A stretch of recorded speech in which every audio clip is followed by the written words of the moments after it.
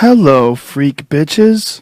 So we set ourselves up for, I think, a currency crisis, not just a financial crisis where mortgages are in trouble, but where the dollar itself is collapsing. Our money is collapsing. Prices are skyrocketing. It's going to really hit the average American much more than just the stock market going down. Right? When your money is going down, right? When the cost of living is skyrocketing, right? That is going to be a big problem for a lot of people. That's where we're headed. It's ultimately going to be a dollar crisis, and that's really, like in my business, in my brokerage firm in Euro Pacific Capital, that's what I'm trying to do, is help people protect their wealth by getting out of U.S. dollar assets, by investing in Singapore and Switzerland and New Zealand and Hong Kong and other countries, owning other assets, to try to protect themselves from this crisis that, is coming. And most people are going to get blindsided by it, just like they were by the last one. So what is the crisis, and how exactly do you feel it's going to go down? Because I did watch some of your videos about the housing crisis from 2008. Mm-hmm. You're predicting it years in advance. Yeah. I mean, look, things always happen.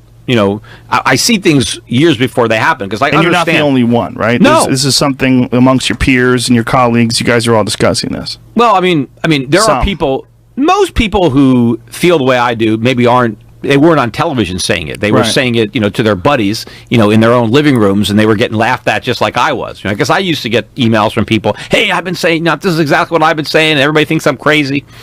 And, it's just, they're the same one. It's everybody else that's crazy that just it gets caught up in it. But what's going to happen is we are going to go back at some point into another statistic recession. I mean, I think that we've kind of been in one this whole recovery, because I don't think the government numbers are really that accurate. I don't think that inflation is as low as they claim, at least as measured by the consumer prices. So I think that the economy has actually been contracting during the years that we've been pretending it's been growing. But I do think at some point, statistically, we will go back into a technical recession where even the government admits that the economy is shrinking, right? Where the GDP is negative for a couple of quarters in a row. And then what is the government going to do as a result of that? They're going to do exactly what they did before. They're going to take interest rates and bring them back to zero from wherever they are. The difference is normally they lower interest rates, and then by the time there's another recession, they're way back up 4, 5, 6%. This time, they barely got them back to 1%, and they kept them at zero for 7, 8 years, which is unprecedented. And, of course, the mistakes that are made are a consequence of money being too cheap, right? The reason that we had a real estate bubble, the main reason, was because Alan Greenspan lowered interest rates to 1% and left them there for about a year and a half, and then took about a year and a half to raise them back up to normal. So you had a few years of artificially low interest rates, and that gave us this huge housing bubble. Well, we had 7, 8 years of zero. I mean, the mistakes that have been made under Obama dwarfs the mistakes that were made under Bush. And these are mistakes that are a consequence of money being too cheap, of the government setting the price of money as opposed to the free market. You get too much debt, you get too much speculation. And so we've got a much bigger bubble now. And when this one pops because it's so much bigger, right? So then all of a sudden the Fed has to cut interest rates again. And now what happens to the dollar? Because, see, the dollar has been rising these past few years because everybody thought, oh, the Fed's going to normalize interest rates, the Fed's going to shrink the balance sheet. When none of this stuff happens, when the Fed goes back to another round of quantitative easing, when they got to crank up the printing presses, when they don't shrink the balance sheet, but they blow it even bigger, right? It goes to $5.5 trillion, $6.5 trillion. I think the bottom's going to drop out of the dollar. I think the dollar is going to get killed. The opposite of what happened in 2008. When the financial crisis hit in 2008, the dollar had been falling for 7 years. It was at an all-time record low. And then when the crisis hit, it actually caused people to buy the dollar.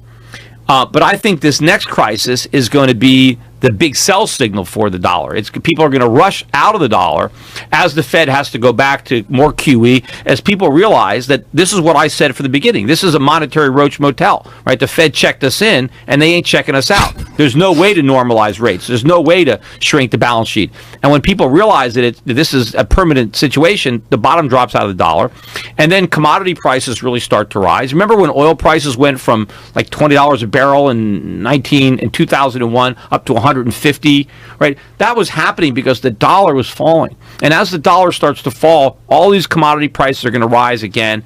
And now inflation is really going to pick up the way they measure it. And the government can't do anything about it. They can't raise interest rates because if they raise interest rates, they collapse everything. All the banks that were too big to fail, they're bigger now. And it would be even worse if they failed. So they can't let rates go up. Because banks absorbed other banks.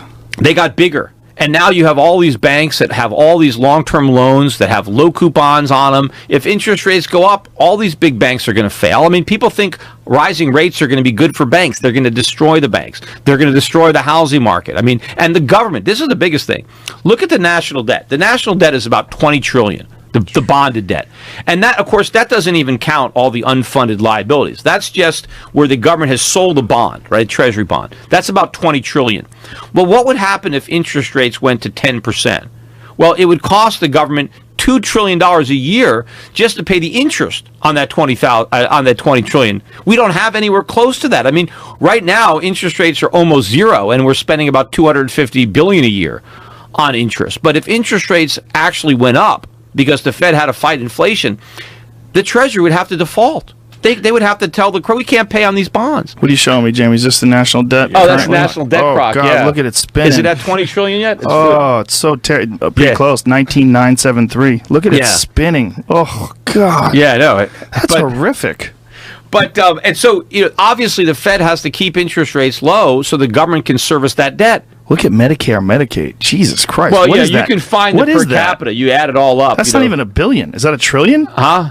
What? That's Which not even one a are you trillion. looking at? That right there. What is that? No, that's 1.1 trillion. Oh, it is? But that's largest budget items. Those are budget items. Oh. That's the budget. Social Security. That's not the debt. That's what they're spending. Oh, God. See, look at those numbers. If you go down lower, they'll probably have all the unfunded liabilities on that page somewhere.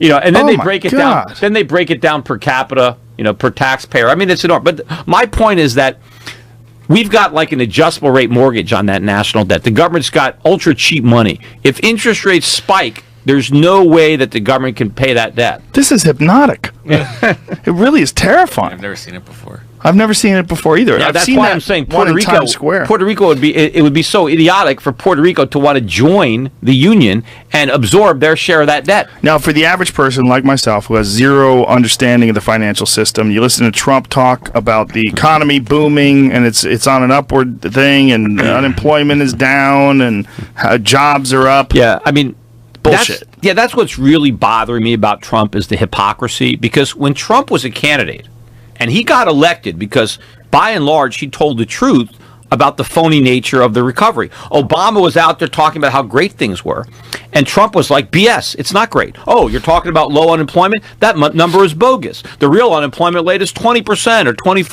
Right, because people stop looking for jobs and it doesn't count anymore. Yeah, people are, they gave up looking, so they don't have a job. They're not counted as being unemployed. And he pointed out that all the jobs, like here, this is irony, right? So one of the byproducts of Obamacare said that if you have a full-time worker, you have to give him health insurance, right? And full-time was anyone that worked 30 hours or more. Well, employers aren't dumb. They can do math. Hey, if this guy is working 40 hours a week, I gotta give him health insurance, which is very expensive. But if he works 29 hours a week, I don't, right? So what happened? Employers started transitioning their workforces from full-time workers to part-time workers. Well, what happens if I'm going to have only part-time workers? I'm going to have more workers, right? Because each one is working fewer hours. So I'm going to have more. I have more jobs, right? If I had 500 part-time jobs, but now I have 1,000. I mean, if I had 500 full-time employees, but now I have 1,000 part-time employees, that's twice as many jobs. Obama got credit for all those extra jobs, right? As we were destroying full-time jobs and replacing them with 2 part-time jobs, we got all these jobs. So Trump was honest as a candidate. These are low-paying jobs. These are crappy jobs. And a lot of the people that were getting jobs were older people who don't want jobs. They were retired, and now they're working at McDonald's part-time because they can't live on their retirement money. And in fact, when you look at the labor force participation rate that he would talk about, where labor force participation is collapsing is with young people. People in their 20s and 30s can't get jobs. Meanwhile, 70 and 80-year-olds are working in record percentages, right? Because they can't afford to retire and their grandkids can't get a job.